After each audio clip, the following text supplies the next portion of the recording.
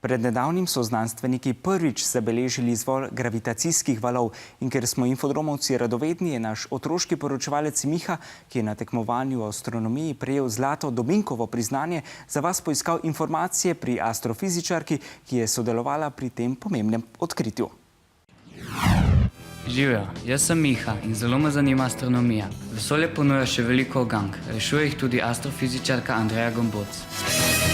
Ali mora astrofizik le poznati pojave v vesolju ali mora znati tudi računati?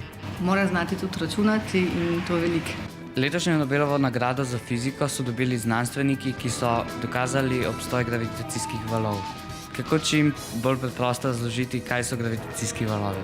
Gravitacijski valovi so nekakšno valovanje prostora samega. Zdaj, če si prostor predstavljamo v dveh dimenzijah kot neko okno, če je ta prostor prazen, je okna napeta in ravna. Če imamo prisotna neka telesa, ki imajo maso ali pa energijo, se prostor ukrivi, tako kot recimo tale okna zdaj.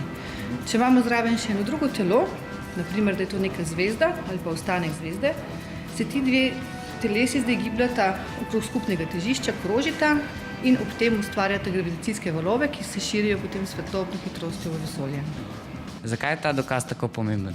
Pomemben je za širšo fiziko, zato ker potrjuje 100 let staro napoved Einsteinove teorije relativnosti. Zdaj končno po 100 letih pa imamo dovolj dobre aparature, da so jih lahko tudi detektirali. Za astrofiziko pa je to odkritje pomembno, ker nam odpira novo okno v vesolje, povsem nov način opazovanja vesolja. Kako močna pa mora biti eksplozija v vesolju, da gravitacijski valovi pridejo do nas? Gravitacijski valovi prihajajo do nas iz raznih objektov, tudi od našega Sonca, vendar so prešibki, da bi jih lahko zaznali. Če govorimo o tem nedavnem odkritju, ko sta se zlili dve nevtronski zvezdi, pa lahko tak dogodek zaznamo, če se zgodi tam do 200 milijonov svetlobnih let daleč. Če želimo razumeti, kaj se dogaja okoli nas, ni dovolj le pogled v nebo, ampak je treba pogledati tudi med številke. Adijo.